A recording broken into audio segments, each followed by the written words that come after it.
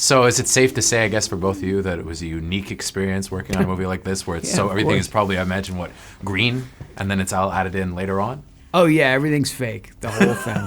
Yeah, the whole thing's just. I actually never left Kentucky. Well, really? I just phoned it in. No, that's the misconception of a movie like this. It was whatever you saw. The only thing when I watched the movie, the only thing that I don't have incredible detailed memories of shooting at was the avalanche. Okay. Obviously, that's something that you have to create in post. Sure.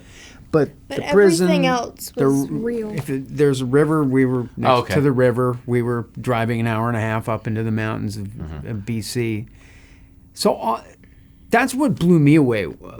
I always thought, oh, okay, I'm going to do this motion capture. It's going to be kind of weird, and we're going to be doing bizarre things but it was really like doing a normal movie. Did you guys have a sense though of what the world looked like? Like Amiah, I mean, you're on the horseback with all the other actors who I imagine are in their mocap suits. Did you know what they were going to look like beforehand? Did they show you guys what they were supposed to? Yeah, I mean, I had already watched Rise and Dawn, so I had an idea of what they were going to look like and stuff, but I mean, just like seeing it, like I just saw the final movie yesterday, and it's still like crazy.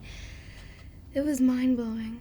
And your ape, I did not expect his ape to look like that. Yeah, were you shocked when you saw that for the first time? Oh yeah, it was it's hard to explain. It was really a unique experience to see that for the first time. I was really moved by it. Because I mean, there's something about the eyes that it's weird. You don't look a thing like it, obviously, but there's something about the face where it's like, oh, that's Steve Zahn. And the thing is, you remember your performance. You remember the people. I have a vivid memory of that stuff. Yeah. Like I can loop really easily because it's in my head somewhere. Some little.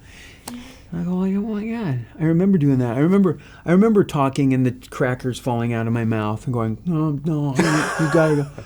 No, and you watch it and you're like, yeah, that's exactly it. That's uncanny. Yeah, it's crazy. Can I ask you something? Did you find, because your character Nova can't speak anymore and has kind of fallen victim to this virus that's eliminating mankind? Do you find though, when you were playing the character, did you think of her as being afraid of Caesar or even seeing him as somewhat different than what she is? Like, does she have an idea of how this is different than what she is, different species? Like, do you think she's aware of all of that? Yeah, I mean, I think that since he's going through so much, like anybody could sense that there's obviously something wrong, and just like the way like he looked, it like just so serious, and I think that I took it as very like intimidating, and I think that I wanted to be like scared at first, but I mean he warmed up to me. Steve, can I ask you, were you surprised when you saw your toy for the first time, the Bad Ape toy? No. Flattered?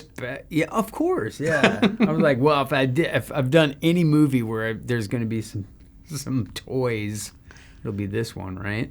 Do you guys think you'll be back if there's another? Would you like to continue with the series? Oh, yeah. Of course. Yeah? I love working. I do too. Being able to pay your bills and stuff is sweet.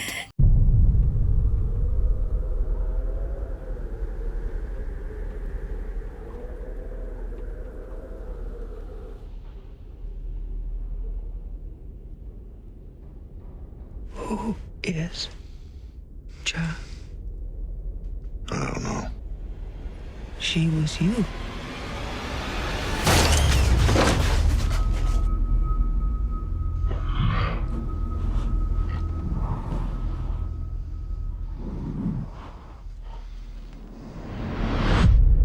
She has no one else.